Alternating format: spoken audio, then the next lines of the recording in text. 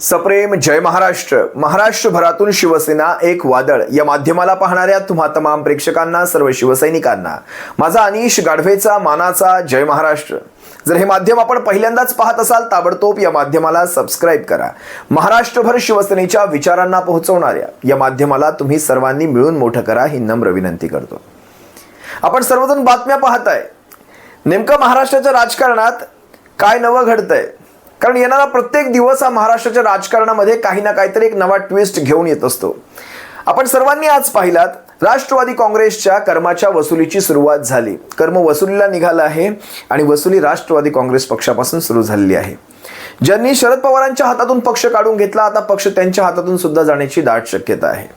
आज आपण पाहिलात, एका नवख्या माणसाने, म्हणजे ज्याचं नावही आपण कधी ऐकलं नव्हतं, सच्चिदानंद सिंह आणि ब्रिजमोहन श्रीवास्तव ही राष्ट्रवादी काँग्रेस शरदचंद्र पवार पक्षातली जुनी कार्यकर्ते आता ते अजित पवार पक्षामध्ये आहेत. म्हणजे ज्यांच्याकडे इलेक्शन कमिशन ऑफ इंडियाच्या वतीने दिलं गेलेलं नाव आणि घड्याळ हे चिन्ह हे अधिकृतपणे आहे, त्या पक्षात आहेत आणि त्या पक्षात राहून ते सुनेत्रा पवारांच्या नेतृत्वाला आव्हान तयार करत आहेत. म्हणत आहेत की तुम्ही 15 दिवसांच्या आतमध्ये राजीनामा द्यायचा आहे. तुमची झालेली निवड ही कायद्याने झालेली नाही, तुम्हाला राजीनामा हा द्यावा लागेल. त्याचबरोबर तुम्हाला तुमचं पद सोडावं लागेल. आता विचार करा, सुनेत्रा पवार यांची राष्ट्रवादी काँग्रेस पक्षाच्या राष्ट्रीय कार्यकारिणीने एकमताने निवड केली राष्ट्रीय अध्यक्ष म्हणून, आणि राष्ट्रीय कार्यकारी अध्यक्ष म्हणून प्रफुल्ल पटेलांची निवड झाली. पण आपल्याला चांगलंच आठवतंय, सुनेत्रा पवारांनी ज्या वेळेस इलेक्शन कमिशन ऑफ इंडियाला एक पत्र पाठवलं आणि सांगितलं की या विशिष्ट तारखेनंतर झालेला कुठलाही निर्णय, झालेल्या कुठल्याही घटना आपण ग्राह्य धरू नये. आणि त्यात त्यांचा उद्देश होता तटकरे आणि प्रफुल्ल पटेल ह्या दोघांना लगाम घालायचा, यांना व्यसन घालायची. विचार करा, ह्या दोन माणसांमुळे राष्ट्रवादी काँग्रेस पक्षामध्ये, म्हणजे अजित पवारांच्या गटामध्ये अनेक गट आहेत. ह्या दोन माणसांमुळे त्या गटांना खतपाणी मिळतंय आणि राष्ट्रवादी काँग्रेस अजित पवारांचा गट हा अनेक गटांमध्ये विभागला जाऊ शकतो. याची कल्पना पार्थ पवार असतील, सुनेत्रा पवार असतील यांना लागलीच आली होती. आता विचार करा, भुजबळ असतील, तटकरे असतील किंवा प्रफुल्ल पटेल असतील, ही माणसं दिसतायत तितकी साधी नाही. ज्या क्षणी अजित पवारांचा पक्ष, तुम्हाला आठवायला हवं, नगर परिषदा असतील किंवा जिल्हा परिषदा असतील, त्यावेळेस अजित पवारांच्या पक्षाच्या घड्याळ चिन्हावर तुतारीचे सारे उमेदवार ज्यावेळेस उभे राहिले, भविष्याची चाहूल यांना आली होती. राष्ट्रवादी काँग्रेस पुन्हा एकत्र होत आहेत, पुन्हा एकदा शरद पवार साहेबांचं वर्चस्व तयार होईल. शरद पवार साहेब हे म्हणजे अध्यक्ष असतीलच, कारभार सारा अजित पवार पाहतील, पण शरद पवार साहेब हे शेवटी सर्वोच्च नेते आहेत त्या पक्षाचे, सर्वच ही गोष्ट मानतात. आणि पुन्हा एकदा शरद पवार साहेबांच्या नेतृत्वाखाली जावं लागेल. अजित पवार यांचं जरी राष्ट्रवादी काँग्रेस पक्षाचं अध्यक्षपद त्यांच्याकडे असलं तरी सुद्धा अजित पवारांचा तेवढा इन्फ्लुएन्स नाही. भारतीय जनता पक्षासमोर काही ठिकाणी ते नतमस्तक होतात, पण तेवढे शरद पवार होणार नाहीत ही यांना खात्री होती. ही तीन माणसं मनोमन भारतीय जनता पक्षाची केव्हाच झालेली आहेत. तुम्हाला आठवायला हवं, अगदी अजित पवारांच्या शोक सभेमध्ये सुद्धा अदानी अंबानींबरोबर कशा प्रकारे प्रफुल्ल पटेल अगदी ते हसणं खिदळणं, मी त्या विषयात जाणार नाही, हा ज्याचा वैयक्तिक भाग आहे. पण तुम्हाला ही गोष्ट आठवायला हवी. मी का उजळणी करून देतोय लक्षात घ्या, कारण महाराष्ट्राचं राजकारण घाणेरड्या दिशेने बदलत आहे. इतकं घाणेरडं मी महाराष्ट्राचं राजकारण या अगोदर कधीही पाहिलं नव्हतं. म्हणजे आज अमित शहांना गरज अजित पवारांच्या पक्षापेक्षा शरद पवारांच्या पक्षाची आहे. याचं कारण लक्षात घ्या, महाराष्ट्रातल्या आमदारांची संख्या जरी जास्त असली, अजित पवारांच्या पक्षाकडे 50-60 आमदार असले किंवा ह्यांच्याकडे 10 असले, तर आमदारांमुळे केंद्रातल्या पक्षाला काही धोका नाही किंवा राज्यातल्या पक्षांना काही धोका नाही, पण खासदारांमुळे केंद्रातला पक्ष आणखी भारतीय जनता पक्षाचा मजबूत होऊ शकतो. केंद्रामध्ये भारतीय जनता पक्षाकडे 2/3 मेजॉरिटी नाही, 290-292 त्यांचा आकडा आटोपलेला आहे. त्यांनी तृणमूल काँग्रेसचे काही खासदार घेऊन हा आकडा माझ्या मते 319-318 पर्यंत आणलेला आहे, पण हा आकडा 360 पर्यंत नेण्या इतकं त्यांच्याकडे संख्याबळ नाही. शिवसेनेचे पुन्हा 6 फोडले, त्यानंतर आता नॅशनल कॉन्फरन्स जम्मू काश्मीरच्या पक्षाची फोडाफोडी चालू केली, चाचपणी चालू केली. आम आदमी पक्षाचे काही फोडले, इकडून तिकडून चाचपण्या चालू आहेत. समाजवादी पक्ष फार लवकर फोडण्याची यांची तयारी दिसते, पण अखिलेश यादव हे फार लवकर ॲक्टिव्ह मोडमध्ये आलेले आहेत. DMK सारखा पक्ष असेल, DMK सारख्या पक्षाकडे सुद्धा यांची वक्र नजर गेलेली आहे. अनेक गोष्टी आहेत, अनेक. या सर्वामध्ये राष्ट्रवादी काँग्रेस, शरदचंद्र पवार साहेबांचा पक्ष याच्याकडे 6-7 खासदार आहेत. हे जर आपल्याकडे आले तर जास्तीत जास्त आपण आणखी मजबूत होऊ शकतो. 2029 साठी अमित शहा स्वतःची फिल्डिंग लावत आहेत. अमित शहांना, कारण 2029 मध्ये नरेंद्र मोदी हे पंतप्रधान पदाचे उमेदवार नसणार हे मी तुम्हाला आज सांगतो. ज्या प्रकारे त्यांची देहबोली, त्यांची वागण्याची पद्धत, त्यांच्या हरकती, ज्या प्रकारे त्यांच्याकडून वागलं जातं परदेशांमध्ये, देशामध्ये, ते सगळं पाहता त्यांचा ताळमेळ सुटलेला आहे. त्यामुळे त्यांच्याकडनं भविष्यामध्ये 2029 मध्ये निवडणुका लढवल्या जातील मला वाटत नाही.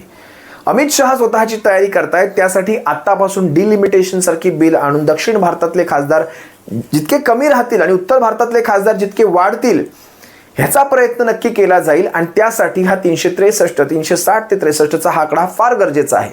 भारतीय जनता पक्षाला तो आकडा जमवताना धाप लागत आहे. प्रत्येक गोष्ट ते अतिशय जबाबदारीने जपून करण्याचा प्रयत्न करतायत, पण त्याच्यामध्ये निसर्ग त्यांची साथ देत नाही, दैव त्यांची साथ देत नाही. आणि ज्याला आपण म्हणतो जी वसुली चालू आहे नियतीची, ती नियतीची वसुली त्यांचा साथ देत नाही. आज ज्या उत्तर भारताच्या जीवावर अमित शहा आणि त्यांचा पक्ष निवडून येण्याच्या स्वप्नामध्ये आहे, त्या उत्तर भारतातल्या राजकारणाला प्रभू श्रीरामांच्या त्या दानपेट्याच्या चोऱ्यांनी संपूर्ण ढवळून काढलं. आज प्रभू श्रीरामांच्या मंदिरामध्ये सुद्धा त्या दानपेट्यांच्या इकडे शुकशुकाट पाहायला मिळतो. जे दानासाठी रांगा लागायच्या तिथे शुकशुकाट पाहायला मिळतो. दानासाठी आता लोक चिल्लर वापरतायत. याचा अर्थ तुम्हाला कळतो. लोकांनी दान आपलं सेफ समजलं नाही. दान योग्य हातांमध्ये दिलं जातंय हे सेफ समजलं नाही. इथेच यांचा पराभव झालेला आहे. ज्या उत्तर पट्ट्यातल्या, ज्याला आपण गायपट्टा म्हणतो, हिंदी पट्टा म्हणतो, ज्या गायपट्टा हिंदी पट्ट्यातल्या लोकांनी सुद्धा जर तुमच्याकडे पाठ फिरवली तर तुमचं जीणं मुश्किल होऊन जाईल. दक्षिण भारत तुम्हाला साथ देणार नाही. मध्य भारत, महाराष्ट्रासह गुजरात सुद्धा तुम्हाला साथ देणार नाही. उत्तर भारतात काही विशिष्ट राज्यांच्या, विशेषतः असेल बिहार, मध्य प्रदेश, झारखंड, छत्तीसगड आणि राजस्थान आणि विशेषतः काही प्रमाणात गुजरात या राज्यांच्या, मी उत्तर प्रदेशाचंही नाव घेत यासाठी नाही, कारण उत्तर प्रदेशाने आपला कौल बदललेला आहे. स्पष्टपणे सांगतो, उत्तर प्रदेशाने आपला कौल बदललेला आहे. आणि उत्तर प्रदेश भविष्यामध्ये, आता उत्तर प्रदेशात निवडणुका येऊ ठेपलेल्या आहेत. उत्तर प्रदेश भविष्यामध्ये भाजपाचा मुख्यमंत्री घरी बसवणार आहे. लक्षात घ्या, ह्या गोष्टी हवेतल्या गोष्टी नाहीत. त्यामुळे 2029ची निवडणूक ही देशातली अतिशय महत्त्वाची निवडणूक असणार आहे, ज्यामध्ये अवघ्या 15 वर्षाच्या कालखंडात भाजपा हा घरी बसलेला असेल. जो 70 वर्षाचा भारतीय जनता पक्ष जो 70 वर्षाचा काँग्रेसचा हिशोब मागतो, तो भाजपा घरी बसलेला असेल. आणि ही सत्य परिस्थिती आहे. हे घडताना दिसतंय. आज तुम्ही सी वोटरचा सर्वे जर तुम्ही पाहिला तर जवळपास 70 ते 72% पालक आणि विद्यार्थी हे म्हणतात, आम्ही आमचा मागच्या वेळेसच्या निवडणुकीत दिला गेलेला प्रेफरन्स आम्ही बदलणार आहोत. जर विद्यार्थ्यांचे पालक म्हणजे एका विशिष्ट प्रश्नांना घेऊन, म्हणजे शैक्षणिक धोरणांना घेऊन, शैक्षणिक गोष्टी ज्या घडतायत सध्या, पेपर फुटी असतील, अगदी विद्यार्थ्यांच्या नोकऱ्यांपासूनच्या किंवा इतर सगळ्या शिक्षण क्षेत्रातल्या, अगदी तुम्ही महाराष्ट्रात पाहिलात, तुम्ही अगदी नीटचे पेपर फुटले असतील, ज्याचं सूत्रधार महाराष्ट्रात नव्हते, अगदी टीईटीच्या एक्झाम्सचं तुम्ही पाहिलं त्याचे पेपर फुटले. या सगळ्या प्रकरणांना घेऊन देशामध्ये एक प्रचंड नाराजगी आहे. आणि तुम्ही पाहिलात कशा प्रकारे युथने एका दिवसात एका विशिष्ट कॉकरोच जनता पार्टी नावाच्या एका अकाउंटला जवळपास कित्येक मिलियन फॉलोअर्स तयार केले. आज समजा ते फॉलोअर रस्त्यावर नसतील, पण ज्यावेळेस निवडणुकांमध्ये मतदान द्यायची वेळ येईल त्यांच्यातला तो निगेटिव्हपणा तो तुम्ही कसा घालवणार, तो तुम्ही घालवू शकत नाही. ज्या योजनांच्या जीवावर ही माणसं सत्तेमध्ये आली, त्या लाडक्या बहिणींसारख्या योजना, आज त्याच्यातनं सुद्धा जवळपास कोटी नावं तुम्ही वगळलीत. जवळपास महाराष्ट्रातनं 93 ते 94 लाख लाडक्या बहिणींना तुम्ही त्या योजनेपासून वगळले. स्क्रबिंगमध्ये तुम्ही दाखवले आता की एकट्या मला वाटतं 38 लाखांचा एकट्या बीडचा आकडा आहे. म्हणजे असं दाखवलंय की आता यांचं उत्पन्नाचं मर्यादा जास्त आहे, किंवा ह्यांच्या कुटुंबाची उत्पन्नाची मर्यादा एवढी आहे. कित्येक जण पुरुष निघाले, कित्येक जण शासकीय कर्मचारी निघाले, शासकीय कर्मचारी महिला निघाल्या. आज त्या 92 लाखांची नाराजगी तुम्ही घेतलेली आहे. लक्षात घ्या मला काय सांगायचंय. त्या व्यतिरिक्त तुमचं नव्या लाडक्या बहिणींसाठी पोर्टल बंद आहे, तुमची वेबसाईट बंद आहे. त्यामुळे ज्या बहिणींना एनरोलमेंट करता येत नाही त्या बहिणींची नाराजगी तुमच्यावर आहे. ज्या बहिणींची अगोदरपासून त्यात नावं आहेत, त्यांना समजा ते पैसे मिळत आहेत, त्या बहिणींना तुम्ही 1500चे 2100 करणार, ते 2100 मिळाले नाही त्याची नाराजगी आहे. आज तुमच्या ह्या योजना तुम्हा सर्वांवर बूमरँग होणार. ज्या योजनांच्या आधारावर तुम्ही निवडून आलात त्या योजना सुद्धा तुम्हाला खाली पाडण्याच्या तयारीत आहेत. 2029 हा भारतीय जनता पक्षासाठी अतिशय खराब काळ असणार आहे. मी आज पाहतो जवळपास सर्वच माध्यमांवर भारतीय जनता पक्षाच्या विरोधातले सर्वेचे पोल येतात. आज आपण कुठल्याही माध्यमावरचा पोल पाहिलात, कुठल्याही प्रश्नाला घेऊन पाहिलात, प्रत्येक पोल हा भारतीय जनता पक्षाच्या विरोधातला असतो. आणि विशेषतः मी त्रयस्थ माध्यमं जी असतात, विशेषतः सोशल मीडिया माध्यमं म्हणेल, त्यावरचे पोल हे जवळपास लाख 2-2 लाख मतांचे पोल असतात. लाख 2-2 लाख मतं ज्यावेळेस निगेटिव्ह मध्ये पडतात त्यावेळेस तो आकडा हा काही भूषावह नसतो. आता तुम्हाला सांगतो, राष्ट्रवादी काँग्रेस आणि शिवसेना या दोन पक्षांची फूट ही वेगळी फूट आहे. दोघांना तुम्ही एका पारड्यात तोलू शकत नाही. शिवसेनेची फूट आणि राष्ट्रवादीची फूट याच्यामध्ये तुम्ही पाहिलं असाल, ज्या प्रकारे शिवसेना कोर्टामध्ये अग्रेसिव्ह आहे, ज्या प्रकारे शिवसेनेचे वकील किंवा शिवसैनिक त्या केसकडे भावनिकतेच्या दृष्टीतून पाहतात, त्या प्रकारे राष्ट्रवादीत पाहिलं जात नाही. त्यांची केसची तारीख शिवसेनेसोबत असल्यामुळे तिला तारीख सुनावणीला येते, अन्यथा त्यांची तारीख सुनावणीला येवो काय किंवा न येवो काय कोणाला काही फरक पडत नाही. आज राष्ट्रवादी काँग्रेस पक्षामध्ये खरंच फूट आहे का, हा सुद्धा एक प्रश्नच पडतो. ज्या प्रकारे सुप्रिया सुळेंच्या कन्येच्या त्या रेवती सुळेंच्या त्या लग्नामध्ये आपण पाहिलात, सारे अमित शहापासून अदानी अंबानींपासून बसले होते. त्यानंतर ज्या प्रकारे ती नाच गाणी सगळी पाहिली, खरंच दादांची त्यावेळेस विशेष, अजितदादा पवारांची विशेष आठवण यासाठी आली कारण त्यांचं ते वाक्य होतं वंगाळ राजकारणाचं. त्यांच्या घरात एवढं वंगाळ राजकारण झालं. 3 दिवसात त्यांच्या चितेची अग्नी विझतो न विझतो त्याच रात्री, म्हणजे सावडण्याच्या कार्यक्रमाच्या अगोदर मुंबईत बैठका चालू झाल्या होत्या. 3ऱ्या दिवशी महाराष्ट्राचा उपमुख्यमंत्री यांनी ठरवला होता. म्हणजे किती क्रूर राजकारण चालू आहे देशामध्ये हे सारं आपण सर्वांनी पाहिलं. आज त्याच अजित पवारांचा पक्ष सुनेत्रा पवारांकडून काढून घेऊन ही 2 प्यादी पुढे उभी करून आज ज्या प्रकारे शरद पवारांच्या बाबतीत घडलं तोच प्रकार पुन्हा सुनेत्रा पवारांच्या बाबतीत केला जाईल. भविष्यात समजा अदिती तटकरे महाराष्ट्राच्या उपमुख्यमंत्री दिसल्या किंवा आणखी एखादा नेता महाराष्ट्राचा उपमुख्यमंत्री दिसतात, तुम्हाला नवल वाटायला नको. लक्षात घ्या, काहीही घडू शकतं. समीर भुजबळ महाराष्ट्राचे उपमुख्यमंत्री दिसले, तुम्हाला काहीही नवल वाटायला नको. काहीही घडू शकतं. 15 दिवसांची नोटीस जर तुमच्या राष्ट्रीय अध्यक्षाला येऊ शकते तर काहीही घडू शकतं. आज अमोल मिटकरींनी सुद्धा एक अशी संभ्रमाची प्रतिक्रिया, आता अमोल मिटकरींचं किती मनावर घ्यावं न घ्यावं हा माझा प्रत्येकाला आपापल्या त्यांच्यावर मी सोडलं, तुम्ही तुमचा प्रश्न आहे. पण अमोल मिटकरींनी ज्या प्रकारे भूमिका मांडतायत त्या प्रकारे ते आतलं सांगायचा नक्कीच प्रयत्न करतात. आतमध्ये गोपनीय काय घडतंय ते नक्कीच सांगायचा प्रयत्न करतायत. तुम्ही अमोल मिटकरी असतील किंवा रुपाली ठोंबरे पाटील असतील यांच्या ज्या प्रतिक्रिया आहेत त्या विद्रोही प्रतिक्रिया असतात. स्वतःच्याच पक्षात राहून विद्रोही प्रतिक्रिया असतात, त्या आम्ही पाहतो, त्याच्यावर आमची भाष्य होतात. आणि राजकारण हे कसं बदललं जात आहे हे तुम्हाला पाहायला मिळतंय. आज तुम्ही पहा, तटकरे असतील, भुजबळ असतील, पटेल असतील, ही 3 मंडळी ही राष्ट्रवादी काँग्रेस पक्षावर कंट्रोल करून आहेत. यांचं राजकारण पार्थ पवारांना विशेष पसंत नाही, पण पार्थ पवारांची तेवढी पक्षामध्ये चालत नाही. आणि ह्या 3 नेत्यांच्या नेतृत्वामध्ये राष्ट्रवादी काँग्रेसला पुढे जायचं नाही. इतर आमदारांचं त्यांच्याविषयी पटणं हे डिफिकल्ट आहे, फार कठीण आहे. भविष्यात अजित पवारांच्या गटाकडे कुठलाही नेता नाही ज्याच्या चेहऱ्यावर 2029 मध्ये अजित पवारांचे कार्यकर्ते किंवा आमदार निवडून येतील. सुनेत्रा पवारांच्या चेहऱ्यावर, म्हणजे अजितदादांच्या चेहऱ्यावर हे सगळे आमदार निवडून आले, पण सुनेत्रा पवारांच्या चेहऱ्यावर हे आमदार निवडून येणं हे फार कठीण आहे. त्यामुळे भविष्यात हे सारे आमदार हे भारतीय जनता पक्षामध्ये गेले तर तुम्हाला नवल वाटू नये. आणि हा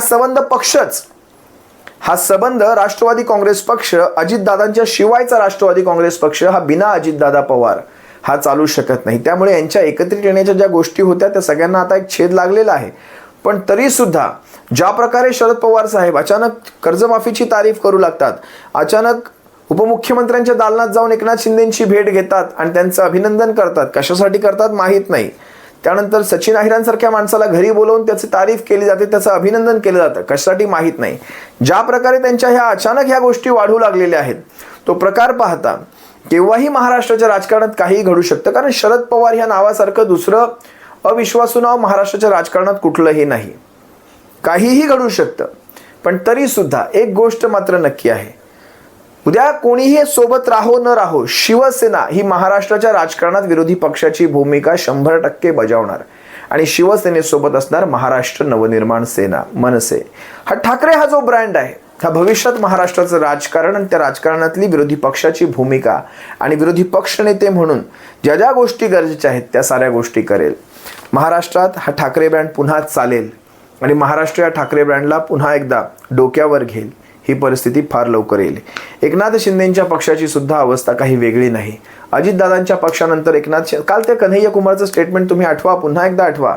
कन्हैया कुमारच्या स्टेटमेंटमध्ये एक गोष्ट स्पष्टपणे सांगितली, कोण एकनाथ शिंदे, त्यांचा सगळा कारभार हा दिल्लीतनं चालतो. एकनाथ शिंदे हे नावापुरते, शिवसेना ह्या पक्षा नावाचं म्हणजे चुनाव आयोगाने दिलेल्या त्या 4 अक्षरी नावाचे आणि धनुष्याचे एका नामधारी प्रमुख आहेत, मुख्य नेते नामधारी आहेत.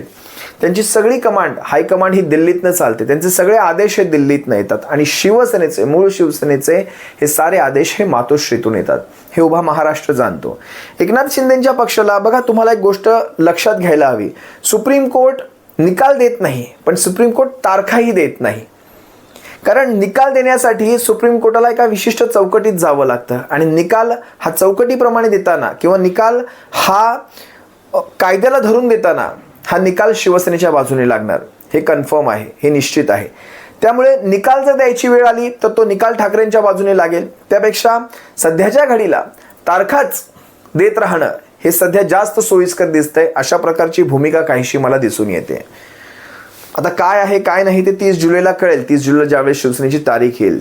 पण आजच्या घडीला ज्या प्रकारे शिवसेनेचा न्याय होत नाही त्या प्रकारे तुम्ही समजून जा शिवसेनेची बाजू भक्कम आहे. जर शिवसेनेची बाजू कमकुवत असती तर नक्कीच शिवसेनेच्या बाबतीत नाही, शिवसेनेच्या विरोधात न्याय झाला असता आणि समोरच्याला दिलासा दिला गेला असता. पण तशीही गोष्ट घडत नाही, फक्त तारखांवर तारखा. कारण न्याय न्यायाप्रमाणे किंवा नियमाप्रमाणे झाला तर तो न्याय ठाकरेंच्या बाजूने लागेल यात दुमत नाही.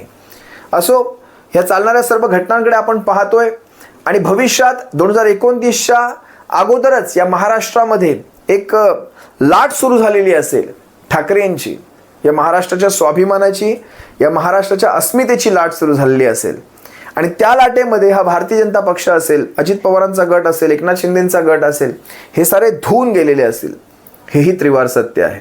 तुर्तास तुम्हा सर्वांची रजा घेतो. सप्रेम जय महाराष्ट्र बाळासाहेबांच्या सैनिकांनो. जय महाराष्ट्र. काळजी घ्या.